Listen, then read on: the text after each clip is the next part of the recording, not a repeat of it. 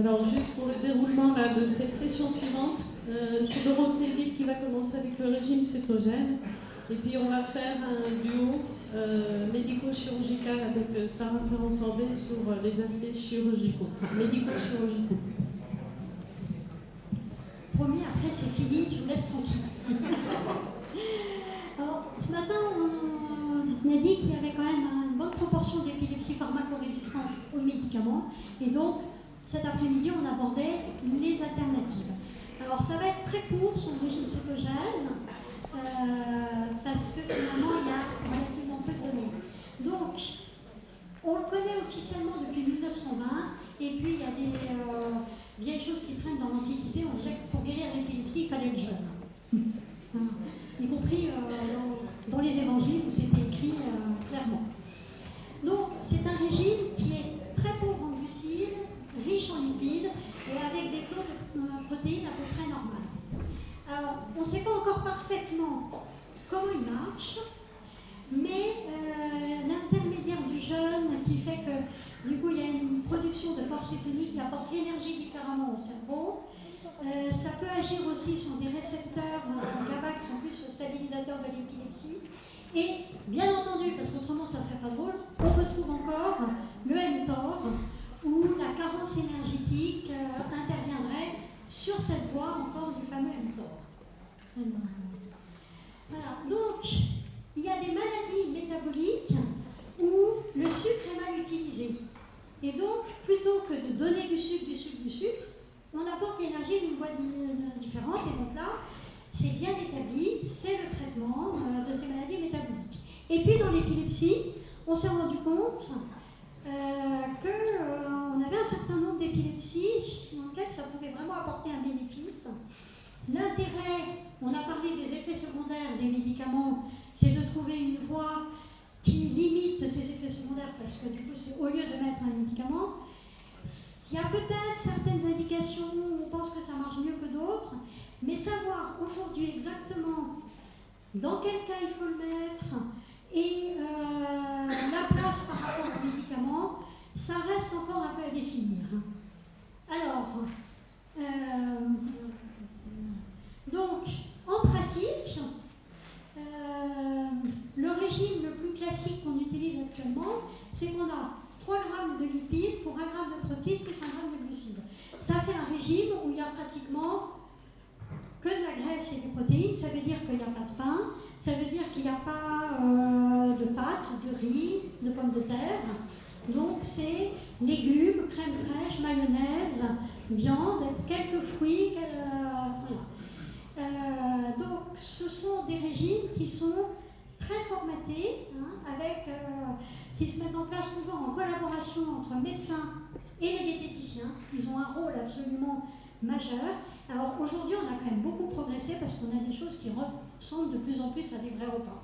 Avant, quand on voyait l'assiette avec des épinards et de la crème fraîche au milieu, j'admirais les enfants. Voilà. Et il y a un produit qui est formalisé, qui peut servir pour les enfants qui sont alimentés par sonde, mais qui autrement peut servir de complément à la place du lait pour le petit déjeuner, qui est le Ketocal. Donc, alors il y a quand même une nouveauté sur ce Ketocal pour ceux qui ont vécu le régime cétogène, c'est qu'il est remboursé et pris en charge par la sécurité sociale dans l'épilepsie depuis peu, et qu'on trouve maintenant en pharmacie de ville. Ça y est. Alors, est-ce que, nous, on le propose en hospitalisation pour surveiller la tolérance initiale, mais je crois que ce n'est pas fait comme ça partout, en termes de vomissement, parce que si les enfants produisent trop vite trop de cétose, ils peuvent se mettre à vomir beaucoup. Est-ce qu'ils veulent bien blanchir le régime? Ça, c'est quelque chose de très pratique. Et pour instaurer également des compléments, parce que c'est un régime qui est un peu carencé en calcium et en vitamines. L'efficacité sur les crises, on n'attend pas forcément immédiatement. Classiquement, on dit on se donne au moins 3 mois de régime pour savoir si sur une épilepsie chronique, comme un petit peu avec des médicaments, parce que je vous vois faire un peu la grimace, après on s'adapte à la tolérance de l'enfant. Si quand on rentre à la maison, l'enfant refuse totalement de prendre le régime, qu'il perd du poids, qu'il vomit, qu'il faut tout planquer à la maison et que ça aggrave son comportement, on n'attend pas forcément les 3 mois. Il y a une surveillance biologique en moyenne, à peu près 1 à 2 fois par an, qui est recommandée. Voilà. On ne sait pas encore quelle serait, parce qu'aujourd'hui, souvent, au bout d'1 ou 2 ans de régime, tout le monde finit par se lasser et c'est rare qu'on le maintienne plus longtemps. Mais quel effet il y aurait de mettre de la graisse sur les artères, sur la courbe de poitrail, sur 10 ans, 15 ans? On a peu d'enfants. Alors, si on vous en parle, c'est est-ce qu'il y a une place particulière dans la sclérose tubereuse de Bourneville? Alors, on se dit, peut-être, puisqu'on a vu que le mTOR passait par là, il y a finalement assez peu de données. Les 2 études que j'ai pu trouver où vraiment on parlait spécifiquement du régime dans la STB, il y en a une sur une population de 12 enfants et une population sur 3 enfants. Donc, vous voyez que sur des études ciblées sur Bourneville, il n'y en a pas encore beaucoup, qui ont montré un certain intérêt. Après, ça veut dire qu'en pratique, le régime n'est jamais proposé en traitement de première intention, parce qu'il est quand même difficile en pratique, mais qu'on l'intègre toujours dans la démarche thérapeutique, quand on voit que plusieurs médicaments bien adaptés, bien ciblés, n'avaient pas pu apporter une efficacité, et il peut être une des possibilités à proposer, sans être la solution magique.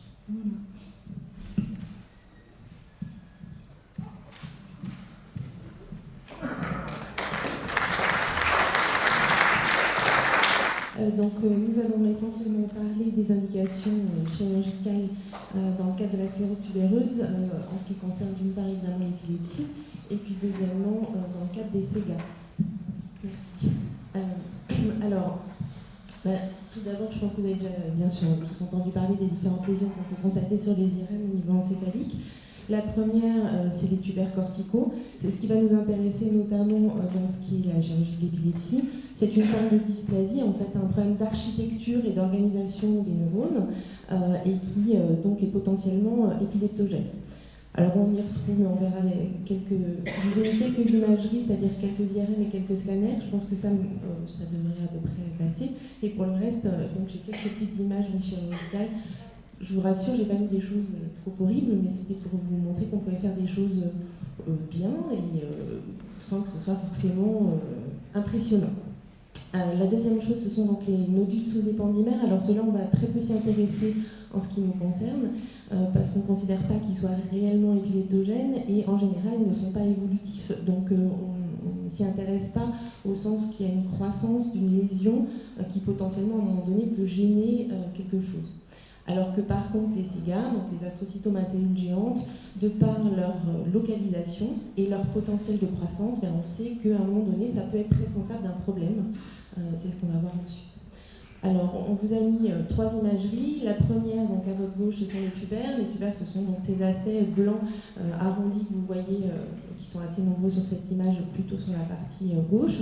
Les nodules sous-épandymères, ils sont à proximité des ventricules. Donc les ventricules, ce sont ces espèces de virgules que vous voyez de chaque côté, sont des poches dans le cerveau, qui sont remplies de liquide céphalorachidien. Tout le monde ici en a. De ces ventricules, on va les détailler un petit peu après, et donc ces nodules sous-épandymères, ils apparaissent sous la paroi épandymère, donc la paroi du ventricule. La troisième image, donc ce sont des SEGA, ici qui sont bilatérales et qui sont donc localisées au niveau d'une structure qu'on appelle le foramen de Monro, qui est en fait un passage entre différents ventricules et qui, on va le voir, peut gêner la circulation du liquide céphalorachidien à l'intérieur de notre cerveau.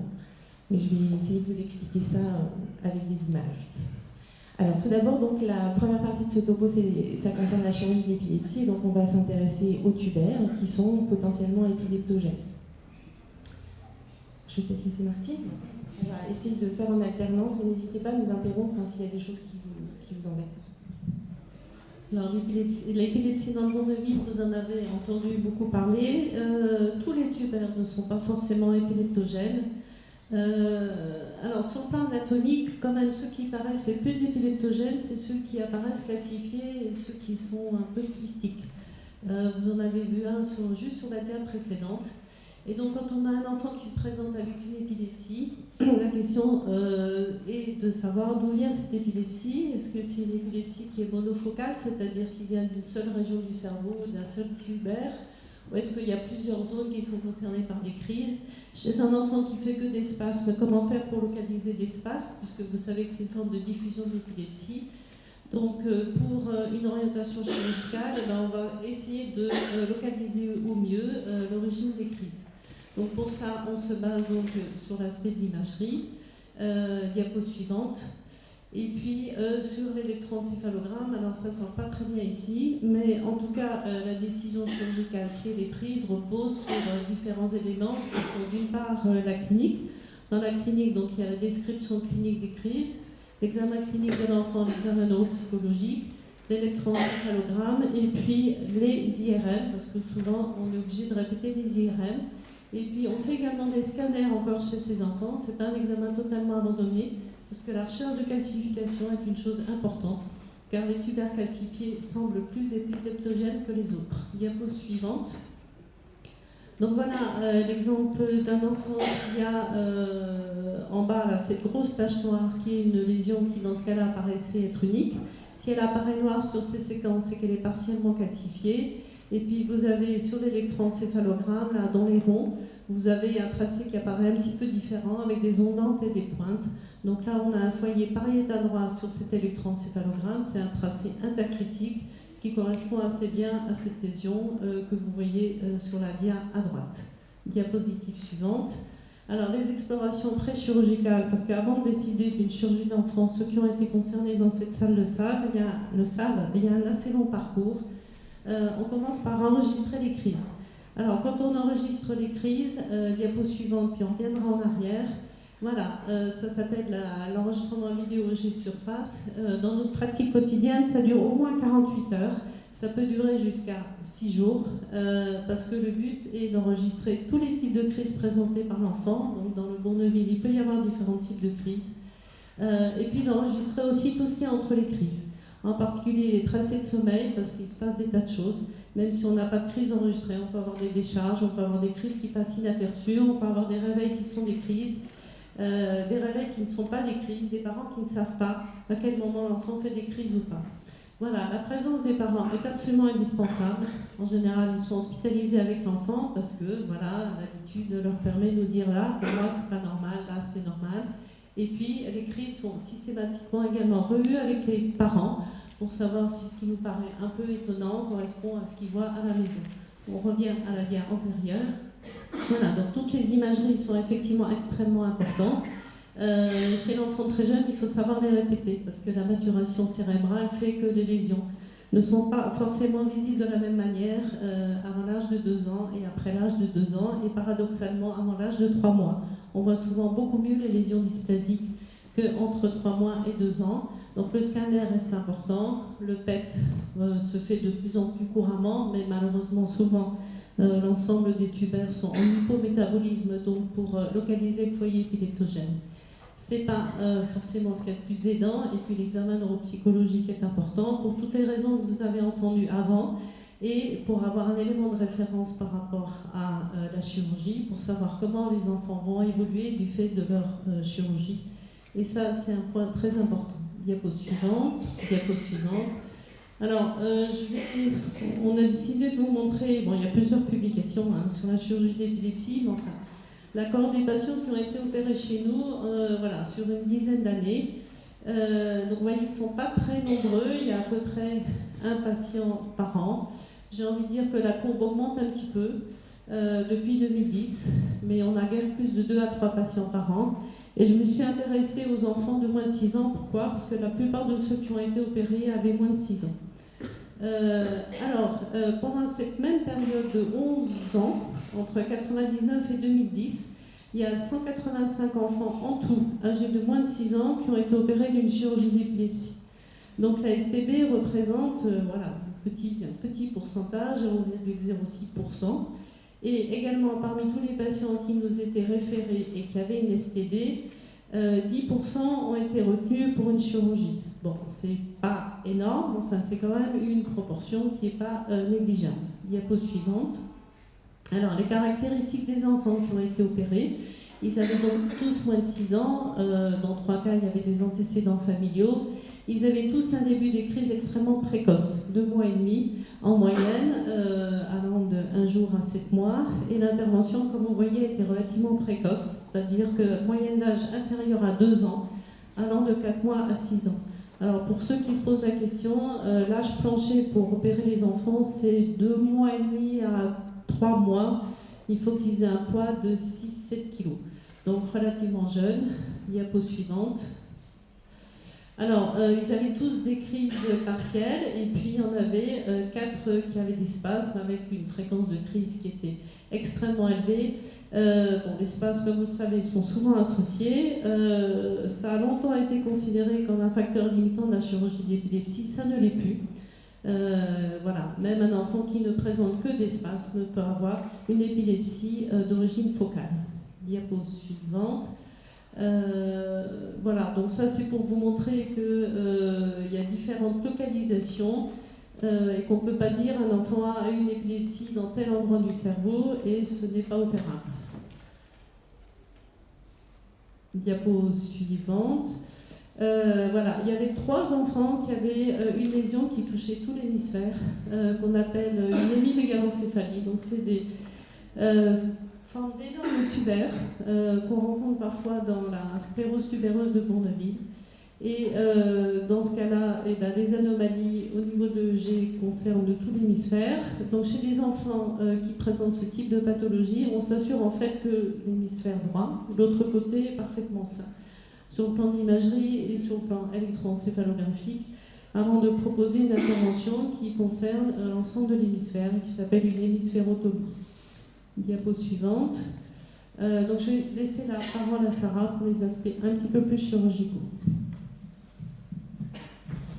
Alors, donc du coup, à partir du moment où il y a un bilan préchirurgical qui a été effectué, l'idée c'est de se dire soit les patients peuvent bénéficier d'une chirurgie, soit elle peut être effectuée d'emblée, c'est-à-dire que tous les éléments concordent pour se dire ben voilà, on peut opérer tel endroit et on pense qu'en opérant tel endroit on va pouvoir guérir ou en tout cas améliorer les choses, soit on pense que c'est plus compliqué que ça, c'est-à-dire qu'on n'a pas une corrélation qui est suffisante entre l'EEG, l'IRM, la clinique et le reste de l'examen, ou alors quand il y a des régions très fonctionnelles qui sont à proximité de la lésion supposée.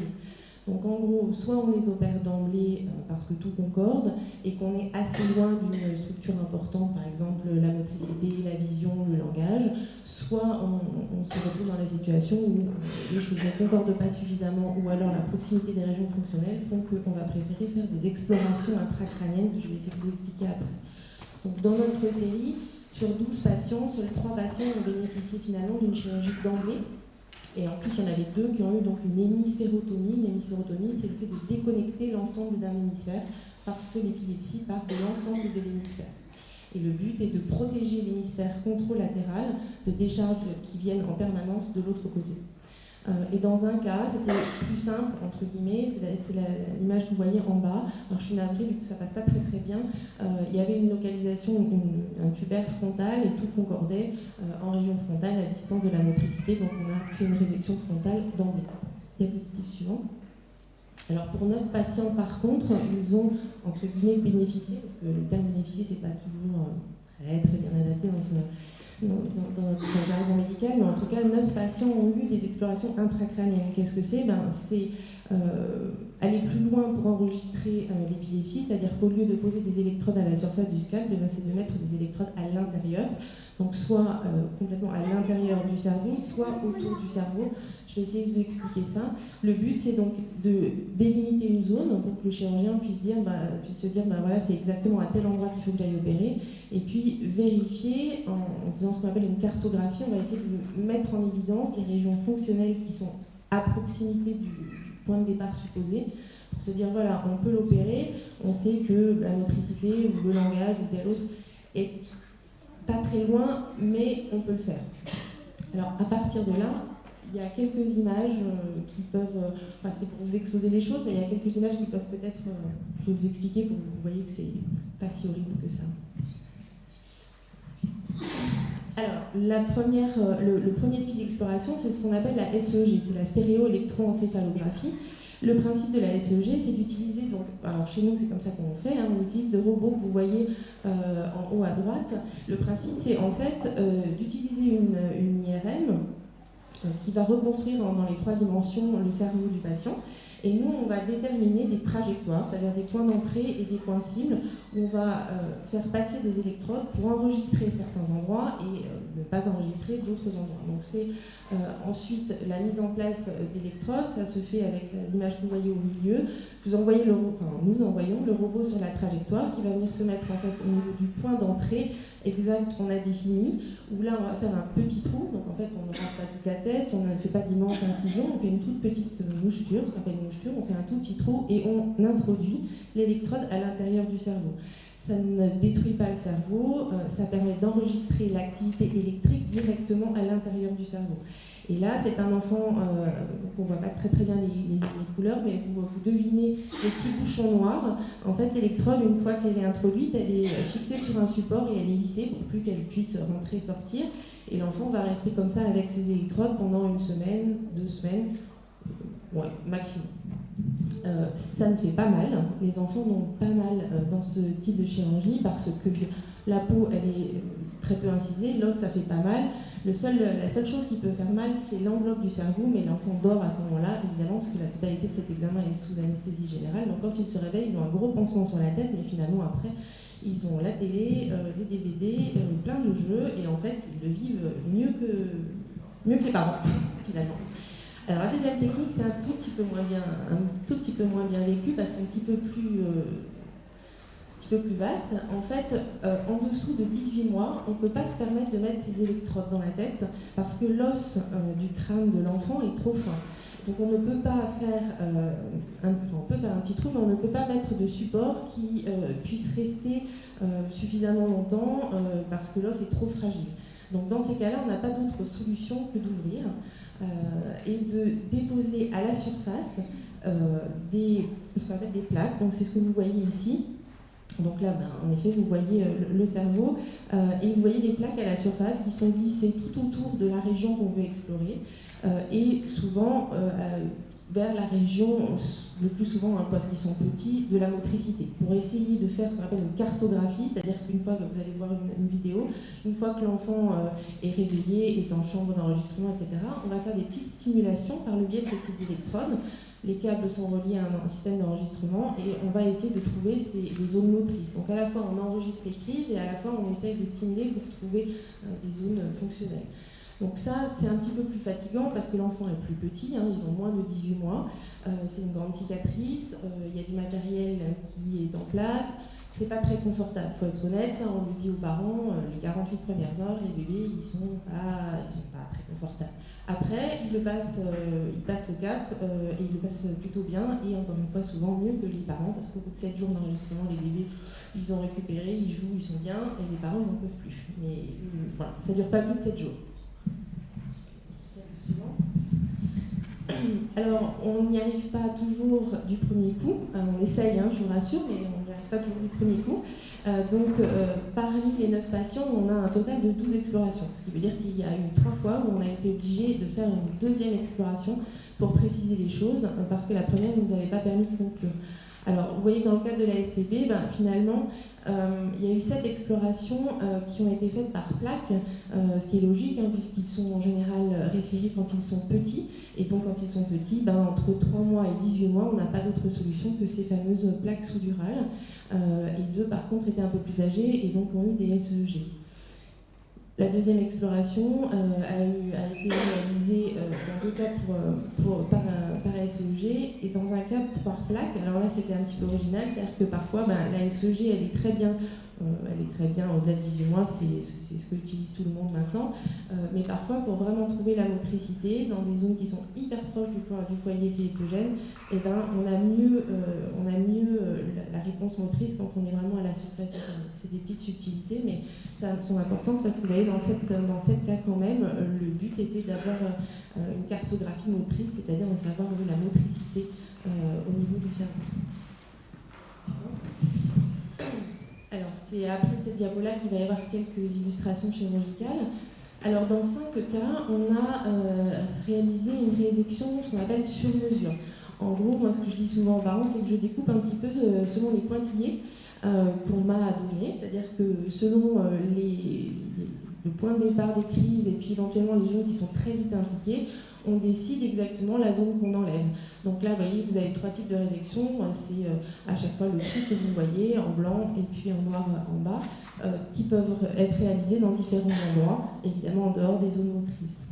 Alors, c'est là que vous allez voir quelques images. Non, c'est juste après. Dans 4 autres cas, on a fait soit une résection, donc enlever du tissu pathologique, soit une déconnexion.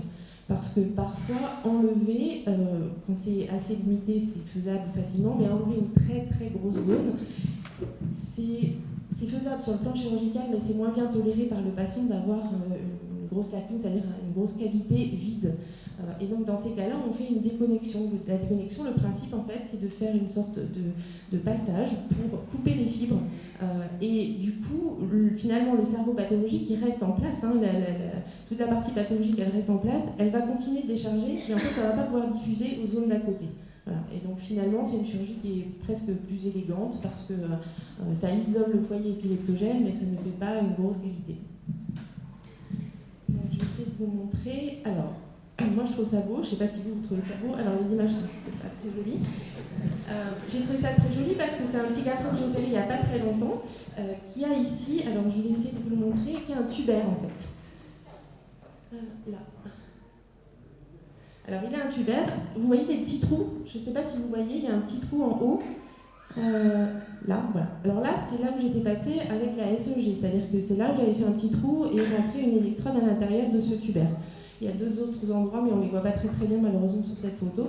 Et en pratique, la SEG a conclu que c'était ce tubaire-là qui était responsable, non pas de toutes les crises, parce que malheureusement il avait différents types de crises, cet enfant, mais qui était responsable des crises où il avait des cris de terreur, des chutes et des crises qui étaient très invalidantes dans son quotidien. Donc on a fait la SEG en disant aux parents, voilà, très probablement on va avoir plusieurs foyers, mais on va essayer de trouver le foyer de ce qui l'embête le plus dans son quotidien. Et en l'occurrence, la SEG a conclu chez cet enfant que ce qui l'embêtait le plus, c'était ce tubaire. Alors, je vous le délimite exactement parce que c'est juste pour vous montrer qu'en fait, bon, ça part de là, ici, ici, ici, ici et ici. Voilà. En fait, les plis que vous voyez, c'est les sillons du cerveau.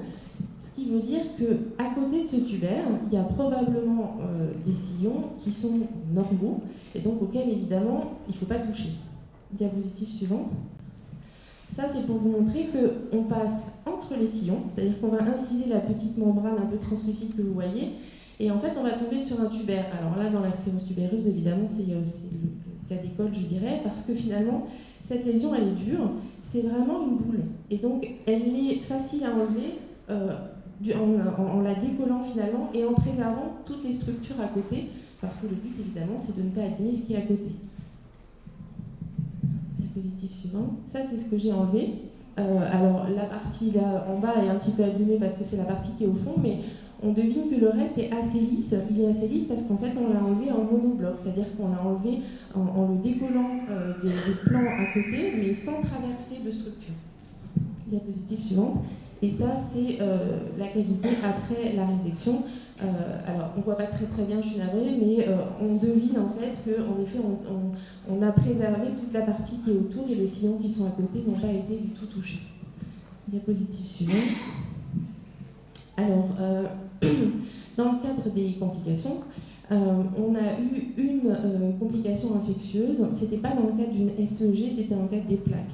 Les plaques, c'est assez encombrant en fait, parce que la SEG, ce sont juste des petites électrodes avec un petit fil qui ressort.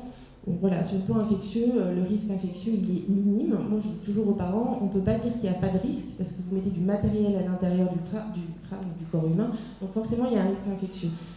Mais il est minime. Dans le cadre des plaques, vous avez plein de fils, il va falloir tout refermer entièrement, la dure mère, c'est-à-dire l'enveloppe du cerveau, le crâne, la peau, et les fils, il faut qu'ils ressortent. Donc il y a toujours un petit risque infectieux, il est un petit peu plus important, donc c'est ce cas-là que nous avons eu qui a été traité par antibiotiques. Ensuite, dans les complications post-opératoires au sens chirurgical du terme, il y a eu une hémiparésie, c'est-à-dire un déficit incomplet, mais un déficit quand même en post-opératoire malgré la cartographie. Et puis ce qu'on appelle une hydrocéphalie qui a été dérivée après l'hémisphérotomie, c'est un problème de circulation du liquide céphalorachidien dont on va reparler après. Je vais peut-être laisser Martine. Alors, en ce qui concerne le suivi de l'épilepsie, avec sur 4 ans maintenant, enfin un peu plus de 4 ans, donc il y a 8 patients sur 12 qui sont totalement libres de crise, dont 2 sans traitement.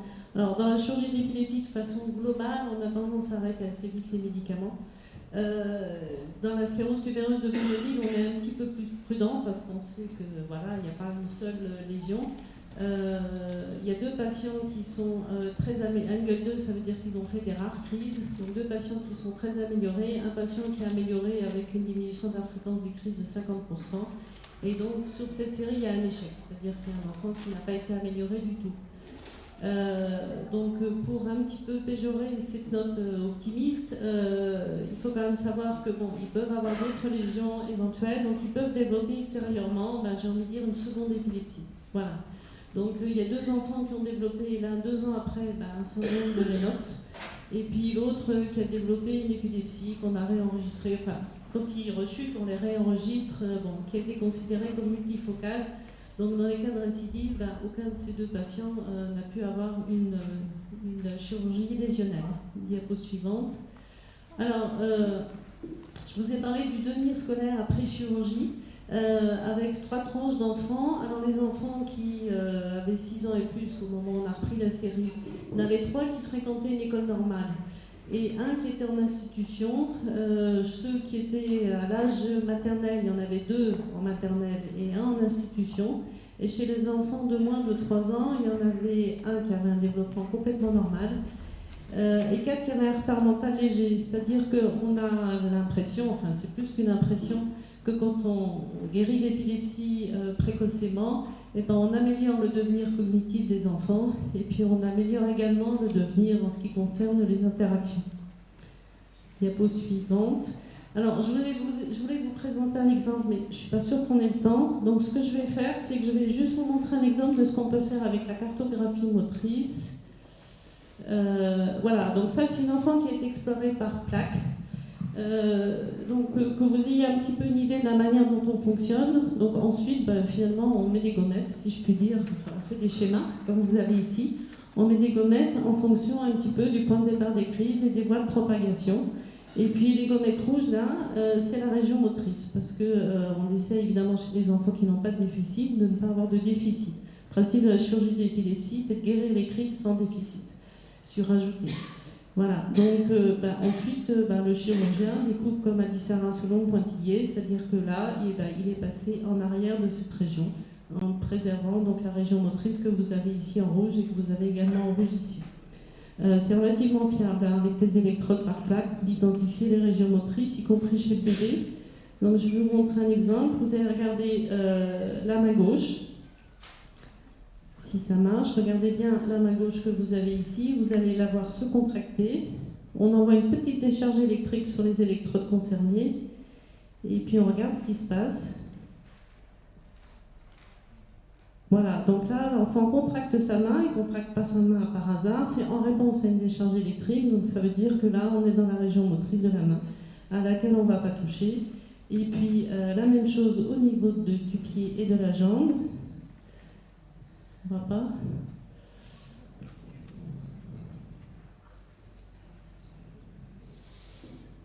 Voilà, là il y a une petite extension de la jambe en réponse à la stimulation, donc on sait que cette électrode se situe au niveau du pied et qu'il faut l'épargner si on ne veut pas de déficit du membre inférieur.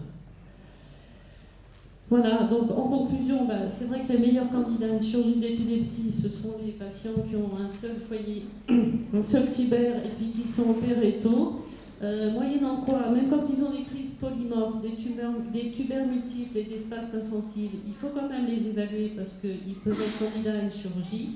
Et puis, s'il y a une encéphalopathie épileptique, on est un petit peu plus prudent également. Alors, les méthodes d'exploration, en fait, c'est un peu au cas par cas. Les procédures ne sont pas standardisées. On a plusieurs types, plusieurs méthodes d'exploration. Vous avez vu la SEEG. Alors la SEEG, c'est une méthode française qui a mis du temps à traverser l'Atlantique, qui maintenant commence à être utilisée aux États-Unis. Les plaques, une méthode plutôt américaine qui est arrivée en France, mais qu'on était quasiment les seuls à utiliser. Puis il y a d'autres systèmes d'exploration. Pendant l'intervention, on peut faire des enregistrements. Donc en fait, nous, on a décidé d'utiliser toutes les méthodes disponibles et c'est l'enfant qui choisit entre guillemets, c'est-à-dire on fait ce qui nous paraît le plus adapté pour la situation de l'enfant. Voilà, dans les cas des Bourneville, les explorations invasives nous paraissent le plus souvent indispensables pour essayer d'enlever le minimum. Il est clair qu'une chirurgie précoce avec guérison et ou amélioration entraîne une préservation du devenir cognitif et des capacités d'interaction. Mais il faut être prudent dans la prise des médicaments parce que c'est une maladie de Bourneville et puis il faut quand même être prudent dans l'avenir sur le risque de développement de foyers ultérieurs. Donc on va passer. Alors, on va dire deux mots des traitements palliatifs avant de passer au traitement des SEGA. Le but du traitement palliatif, c'est d'améliorer la fréquence ou l'intensité des crises. C'est quand même envisagé chez certains patients, et notamment chez les patients qui ne peuvent pas relever d'une chirurgie curative. Alors, il y a deux cas, la callosotomie et puis le stimulateur du nerf vague. Alors, on a une série qui est très très petite. Déjà, vous avez vu que de base, la série des patients de sclérose supérieuse de Bourneville était petite pour le traitement curatif. Pour le traitement palliatif, c'est pareil. Juste pour vous en dire deux mots, alors là, je parle que de ma partie chirurgicale. On ne va pas très bien voir. Le principe de la pose du stimulateur du nerf vague, c'est assez facile sur le plan chirurgical. C'est un abord au niveau du cou. Le but est d'isoler un nerf qu'on appelle le nerf vague. La seule difficulté vraie, c'est qu'il est quand même localisé à côté de la carotide. Donc c'est une chirurgie où il faut disséquer un petit peu pour bien mettre en évidence le nerf. Et puis en fait, on enroule autour de ce nerf. Alors on ne voit pas très très bien en bas. Vous avez des espèces de petites électrodes avec des petits ressorts. C'est un jeu de patience parce qu'il y a 3 petits ressorts. Et qu'en général, quand vous êtes arrivé à 2, vous êtes content. Et au 3e, c'est compliqué. Mais sinon, c'est assez simple sur le plan chirurgical et c'est relié avec un câble à un boîtier qui est localisé sous la peau. Voilà, donc vous avez un schéma un peu général et le boîtier, alors ça c'est plus la référence on va dire. Diapo suivante. Voilà, c'est plus la partie du neuropédiatre. Le neurochirurgien dans ce cas-là, il est assez prestataire de service, il est juste le stimulateur. Donc ce que vous voyez ici, c'est le programmateur, donc ça permet de régler le stimulateur un petit peu comme on veut, la fréquence, l'intensité, en fonction de la tolérance du patient et des résultats. Diapo suivante. Donc les effets attendus de la stimulation vagale, c'est un traitement palliatif, donc c'est une diminution de la fréquence, de l'intensité et de la durée des crises. Alors je dis traitement palliatif parce que c'est exceptionnel qu'un patient soit totalement libre de crise avec la stimulation vagale et en général on garde le traitement médicamenteux, il y a quelques cas rapportés de guérison complète. Alors les effets concomitants, on s'est rendu compte que parallèlement il y avait d'autres améliorations qui sont au niveau de la vigilance, de l'humeur, et que ça diminuait le nombre des hospitalisations. Alors, quelles sont les indications de cette stimulation? Oui, alors les effets secondaires, ils sont surtout présents au début, où chaque fois qu'on augmente un petit peu l'intensité. Donc, ça fait tousser l'enfant. C'est une stimulation intermittente, en général, c'est toutes les 2 minutes, toutes les 3 minutes, toutes les 5 minutes, et puis l'enfant est stimulé pendant 30 secondes. Donc, pendant la stimulation, il tousse, puis ensuite ça disparaît. Il peut y avoir la voix qui fait un rauque, au moment où ça stimule, souvent ça disparaît. Ça peut chatouiller le fond de la gorge et puis ça disparaît également. Donc globalement, c'est très bien supporté et puis il n'y a pas de problème de compliance médicamenteuse quant aux médicaments matin et soir. Donc ça, c'est un des énormes avantages. Et la pile a une durée de vie de 7 à 10 ans. Mais quand il faut changer la pile, il faut réintervenir chez l'enfant. Alors, probablement les meilleures indications, c'est les Lennox-Gastaut. Donc là, on retrouve effectivement une partie des enfants qui ont une maladie de Bourneville. Avec, vous avez à gauche, à 3 mois, une réduction des crises de 50% et à 1 an, une réduction des crises de 63%. Diapo suivante.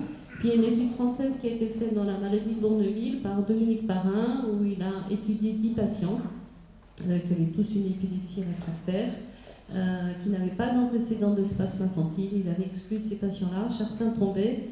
Donc voilà, il a eu des résultats qui étaient plutôt bons, un patient libre de crise, un patient à 90% de réduction, 70%, 50%. Il faut savoir qu'avec la VNS, malheureusement, comme avec les médicaments, il peut y avoir des rechutes un peu à distance, même si on laisse le stimulateur en place. Diapositive suivante. Donc maintenant, on va parler de l'autre traitement palliatif, qui est la calosotomie.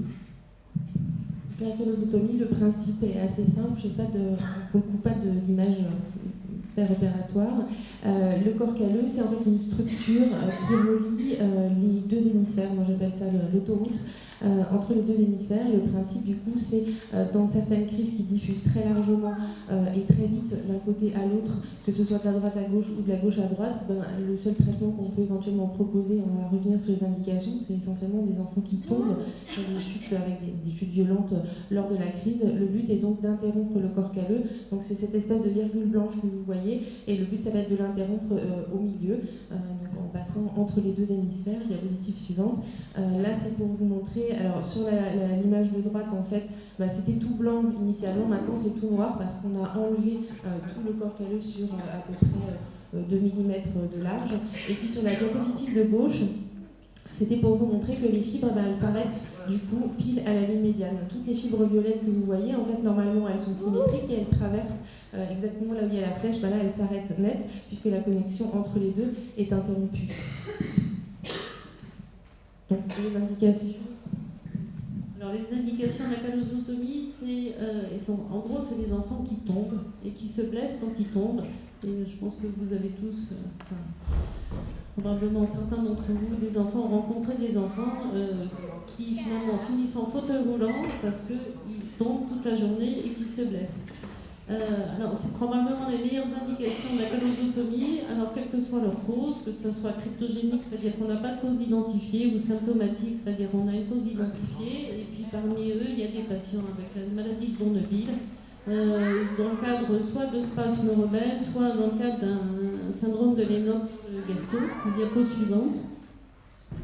Voilà, donc dans notre série, l'âge moyen d'intervention était de 7 ans et demi, et puis donc on dit aux parents qu'il y a un peu la règle des 3 tiers, c'est-à-dire qu'il y a un tiers des enfants qui sont très améliorés, et puis il y en a même quelques-uns qui ne font plus de crise du tout. Il y a un tiers qui est un peu amélioré, c'est-à-dire qui continue à faire des crises, mais enfin qui ne font plus de chute du tout, et puis chez un tiers des enfants, c'est un échec total, c'est comme si on n'avait rien fait, donc là c'est un peu le désespoir. Et malheureusement, à ce jour, il n'y a aucun élément ni clinique ni électrophysiologique qui permette de nous dire quels sont les enfants qui vont être des bons répondeurs ou pas des bons répondeurs. En tout cas, il n'y a aucun enfant qui a été aggravé par la calosotomie. La seule chose qui est un peu terrible, c'est l'énorme désespoir des familles quand on n'arrive pas à les améliorer après avoir levé un certain espoir. Voilà, mais on pense quand même que dans les Lennox avec crise avec chute, ça vaut la peine d'être tenté. Et puis il y a des enfants qui passent de la calosotomie au VNS, et puis souvent ils ont les deux en même temps. Voilà, donc pour conclure, c'est des décisions au cas par cas. On ne peut pas standardiser les méthodes. Il faut opérer les enfants le plus tôt possible, quand c'est possible, et ça c'est une chose extrêmement importante. Voilà. Et puis il semble qu'une chirurgie précoce a un effet préventif sur l'autisme. Enfin, on est en train de reprendre nos patients, donc on en saura un petit peu plus peut-être l'année prochaine. Donc on va passer à l'autre aspect de la chirurgie, qui est la chirurgie des SEGA. La chirurgie des SEGA, donc on en avait dit un petit mot tout à l'heure. Le problème des SEGA, c'est pas tant, c'est une lésion qui est bénigne, donc c'est pas le potentiel de malignité, mais c'est surtout le potentiel de croissance tumorale. Diapositive suivante.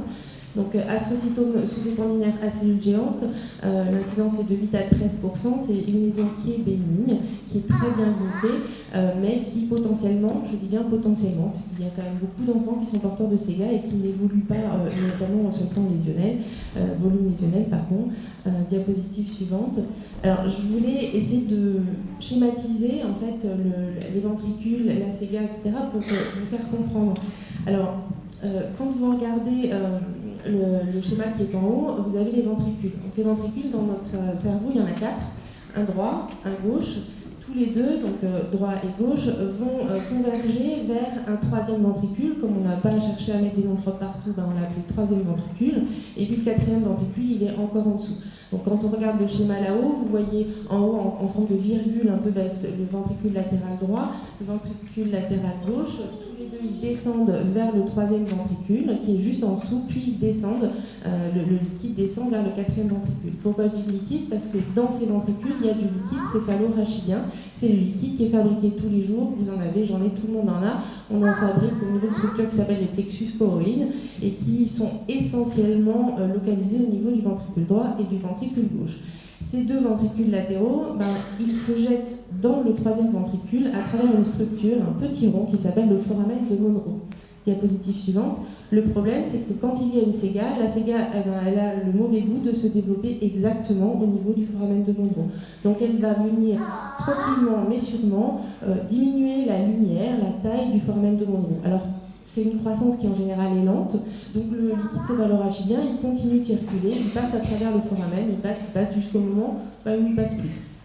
Diapositive suivante. Alors quand il passe plus, qu'est-ce qui se passe? Le liquide céphalo-rachidien, lui, il continue d'être fabriqué. Le plexus choroïde, il continue de fabriquer gentiment, à droite comme à gauche. Alors à gauche, si le foramen est libre, pas de problème, le liquide continue de circuler. Par contre, à droite, vous avez un plexus qui continue de fabriquer du liquide, mais ce liquide il ne peut plus s'écouler au niveau du foramen de Monro. Donc qu'est-ce qui se passe? Le corps en fait, du ventricule, c'est assez extensible comme paroi, ça se dilate, c'est-à-dire que ça gonfle, ça gonfle, ça gonfle. Alors au début ça gonfle, ça pose pas de problème, ça ne donne pas de symptômes. Diapositive suivante. Le problème, c'est qu'au bout d'un moment, les parois commencent à être vraiment sous pression, sous tension. Il y a même du liquide qui commence à s'échapper à travers de la paroi. Et là, ça provoque ce qu'on appelle une hydrocéphalie, c'est-à-dire qu'il y a une augmentation de la pression à l'intérieur du ventricule et ça entraîne une hypertension intracrânienne, puisqu'au bout d'un moment, quand il y a du liquide qui ne circule pas à l'intérieur du cerveau, ça augmente la pression à l'intérieur de tout le crâne. Et c'est très important, j'espère que c'est assez clair comme ça. On a vraiment différents stades. Le stade où il n'y a rien, le stade où il y a la séga, mais ça ne gêne pas la circulation. Le stade où il y a la séga, ça gêne la circulation. Et le ventricule, il se dilate gentiment mais sûrement. Et ce n'est pas une hydrocéphalie, c'est une dilatation du ventricule. Ça ne veut pas dire qu'on est encore dans un stade entre guillemets critique. Le stade critique, c'est quand le foramen il est complètement bouché, que ça continue à se remplir et que là, ça devient sous pression. Et là, c'est l'hydrocéphalie. Alors évidemment, j'ai cherché dans toute notre série pour trouver, par rapport au schéma que j'avais fait, le même côté. J'ai pas trouvé, donc j'ai fini par prendre de l'autre côté. Donc sur la première image de gauche, il n'y a pas de séga. Les ventricules, c'est les petits. Voilà. Je vous les ai pris de face. C'est une coupe de face. Donc les ventricules droit et gauche, il n'y a rien au niveau du foramen de Monro. Et en dessous, le petit trait noir que vous voyez pile au milieu, c'est le troisième ventricule. Tu peux bouger. Voilà. Sur la diapo du milieu, vous avez la séga qui se développe à ce niveau-là. Vous voyez, le troisième ventricule, il est toujours il est normal comme sur la diapo d'à côté. Les ventricules ne sont pas dilatés. Et sur celle-ci, alors je vous ai pris une autre image, mais vous voyez que le ventricule, du côté de la séga, qui a complètement bouché le foramen de Monro, lui, le ventricule, il s'est dilaté. Diapositive suivante. Alors la question, faut-il opérer toutes les ségas? La réponse, et pourtant c'est la réponse d'un chirurgien, c'est non. Je ne pense pas qu'il faille opérer toutes les ségas, je ne suis pas la seule à le penser d'ailleurs. Alors quand les opérer, s'il y a une augmentation de volume, alors c'est vrai que parfois finalement on reprend toutes les IRM et puis il y a eu un moment où ça a augmenté et puis après ça s'est arrêté d'augmenter. Moi j'aurais tendance à dire qu'il faut les opérer quand ça augmente de volume, et je dis ça au présent. C'est-à-dire que si à un moment donné il y a eu une croissance et puis que ça s'est arrêté et que quand vous venez me voir en consultation, moi je vais vous dire et là, franchement, ça n'a pas l'air d'augmenter, on surveille. Et puis, si finalement ça reprend une croissance, là, il faudra l'enlever.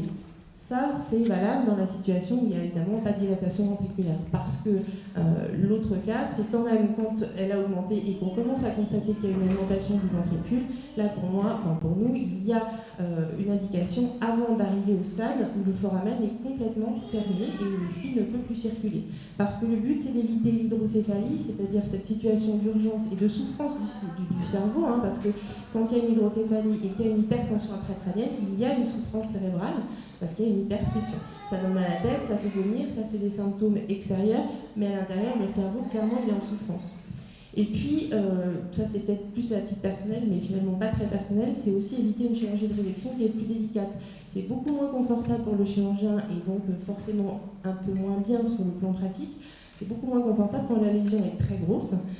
C'est moins confortable parce qu'on perd les repères anatomiques. L'anatomie du ventricule, on la connaît par cœur, mais si la lésion elle fait 10 fois la taille qu'elle pourrait faire quand vous l'opérez à un stade à peu près correct, c'est difficile de retrouver vraiment une anatomie conservée. Et puis c'est jamais confortable d'opérer un patient en urgence, où c'est le stress pour tout le monde, c'est-à-dire un patient qui arrive en hydrocéphalie ou en grande hypertension intracrânienne. Voilà, c'est moins confortable pour l'anesthésiste, pour le chirurgien, pour tout le monde. Diapositive suivante. Alors parfois il y en a de chaque côté. Alors clairement, on n'opère jamais les deux en même temps, jamais. À proximité de la voie de passage chirurgicale, il y a une structure très importante qui participe à la mémoire, qui s'appelle le fornix, qu'on va forcément voir, qu'on va regarder pendant toute l'intervention parce que le but c'est de la voir mais de ne pas y toucher. Et on ne peut pas aborder une séga droite et gauche en une seule fois sans forcément abîmer le fornix. Donc un seul côté.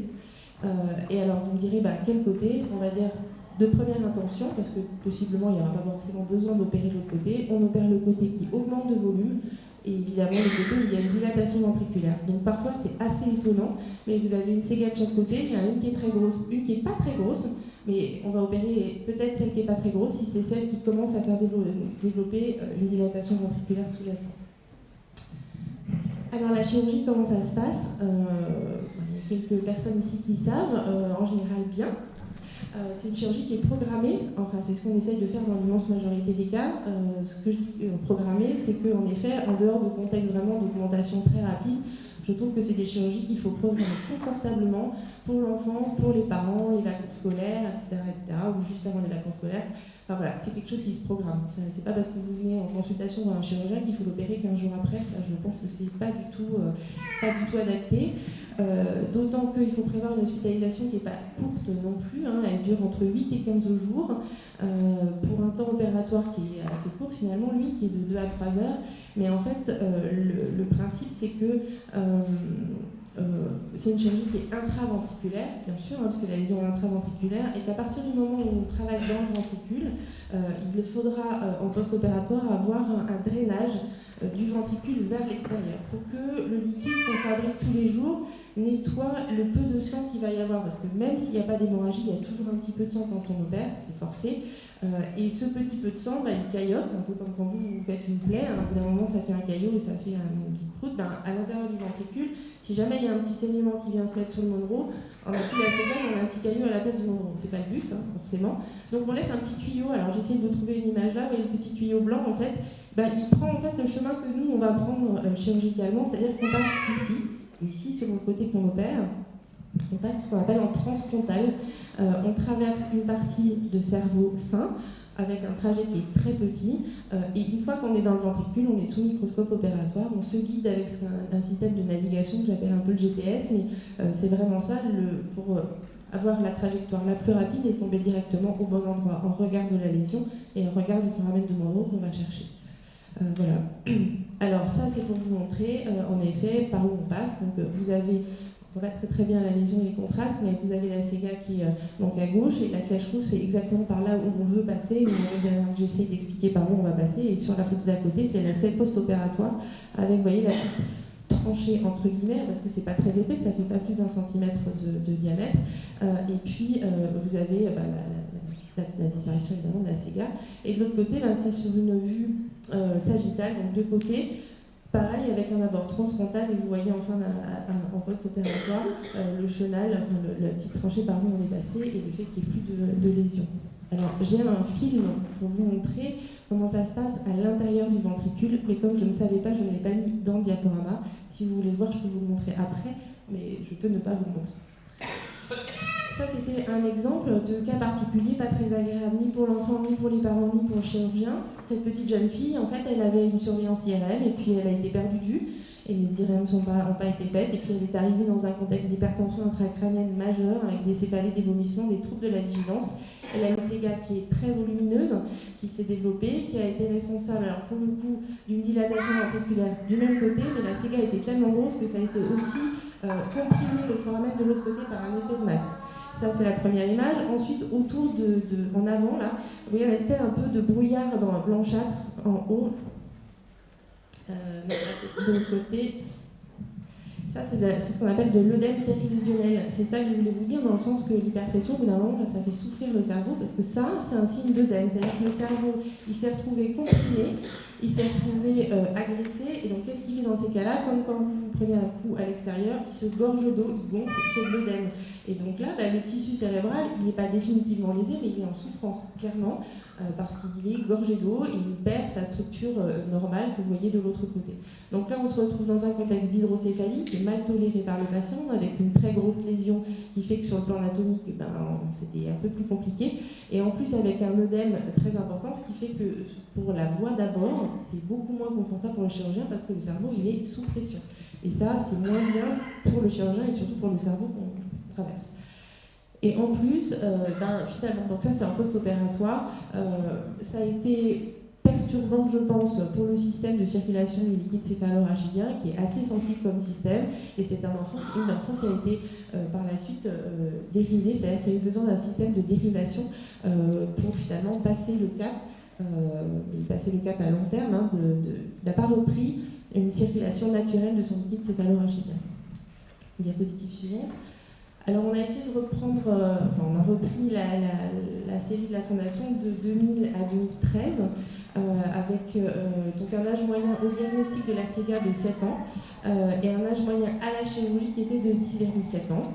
Le sexe ratio à peu près de 1. La TSC était connue chez tous les patients sauf 1. Alors les indications, il y avait quand même 6 cas. Donc c'était dans le cadre d'une hypertension intracrânienne. J'insiste parce que c'est plus le cas aujourd'hui. Voilà. On avait repris, c'est une série assez ancienne finalement, sauf les années 2000, 2010, mais 2000 c'était il y a encore longtemps, et je pense que c'était avant qu'il y ait certaines idées qui soient vraiment rentrées dans les mœurs. Et 6 cas aujourd'hui d'hypertension intracrânienne, sur les derniers patients, il n'y en a plus. On n'arrive plus dans ce genre de situation, ou quasi plus. Et dans 14 cas, il y avait aussi, c'était sur le cadre d'une augmentation de volume entre 2 IRM successifs.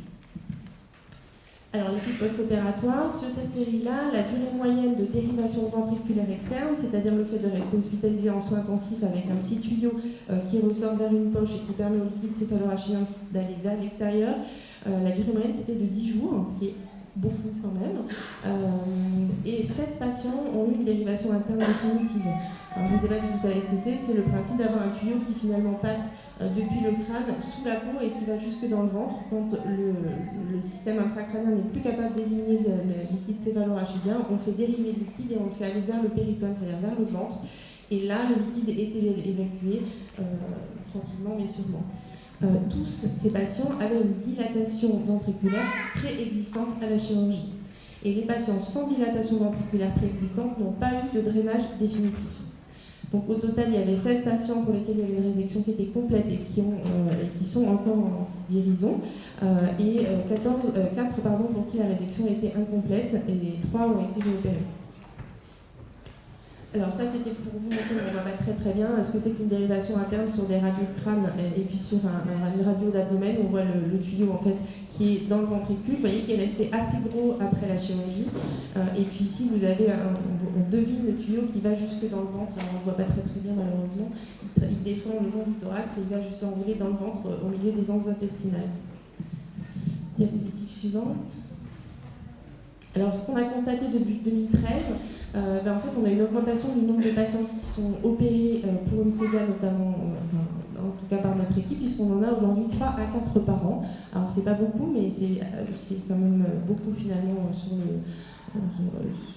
en plus sur la croissance du nombre total. La prise en charge est plus précoce, ça c'est très clair, probablement parce qu'il y a une meilleure surveillance IRM, ce qu'on disait, les recommandations, les IRM tous les 2 ans, je pense que c'est bien suivi, et puis il y a un avis chirurgical qui est demandé plus tôt et plus systématiquement. On a quand même beaucoup de demandes, on discute beaucoup en staff sur la base d'IRM qui nous sont envoyés, qu'elles soient stables ou pas stables, on a quand même beaucoup de demandes pour savoir est-ce qu'il y a une indication ou est-ce qu'il n'y a pas d'indication. En tout cas, ce qu'on a constaté, c'est qu'il y a une diminution du temps de dérivation ventriculaire externe. Les patients ils restent hospitalisés moins longtemps, et parce qu'ils ont une dérivation vers l'extérieur moins longue, et surtout aucun patient depuis 2013 n'a eu de dérivation interne définitive. Donc très probablement qu'on les prend en charge plus tôt, avant qu'ils aient cette fameuse dilatation ventriculaire, avant que le système soit perturbé et qu'ils ne comprennent plus comment subvenir à ça. Alors les recommandations, elles sont quand même pour le National Institute et pour l'HAS de préconiser l'intervention chirurgicale. Donc s'il y a une augmentation du volume de la SEGA et s'il y a un signe d'hypertension intracrânienne, également pour l'HAS, la chirurgie de première intention et de deuxième intention, les inhibiteurs mTOR, dont on va parler un petit peu après, justement quelle est leur place. À notre avis, et puis à l'avis un peu général, la place c'est éventuellement la réduction du volume lésionnel dans certains cas où les SEGA sont vraiment très volumineuses. Et sur le plan chirurgical, où ça peut être risqué justement pour des structures anatomiques importantes, notamment ce fameux fornix. Dans certains cas de forme bilatérale, ou encore une fois sur le plan anatomique, c'est compliqué. Dans le cas de refus de la chirurgie, parce qu'il y a des parents ou des patients pour lesquels la chirurgie n'est pas concevable, et enfin d'autres indications lorsque l'inhibiteur est proposé dans le cadre d'autres indications comme les angiomyolipomes ou les lésions cutanées. La question reste par contre entière de la durée du traitement et de comparer les bénéfices et les risques. Diapo suivante. Alors là pour le coup, j'aurais un peu du mal à lire. Donc les vérolimus, on rappelle la suivante, je pense que je l'ai souligné, ça devrait être plus visible. Voilà. Donc, malgré un potentiel évolutif lent, ces tumeurs doivent être enlevées afin d'éviter que leur effet propre s'ajoute au déficit fonctionnel lié à la sclérose tubéreuse de Bourneville. Leur prise en charge repose essentiellement sur une résection chirurgicale. Dans 90 à 95% des cas, l'ablation complète ou quasi complète de la SEGA est possible. Contrairement à la chirurgie du SEGA qui est curative, le tubia est un traitement palliatif qui réduit le volume sans les détruire complètement. Voilà. Et il n'est donc pas une alternative à la chirurgie. Et ça, c'est clairement notre idée également.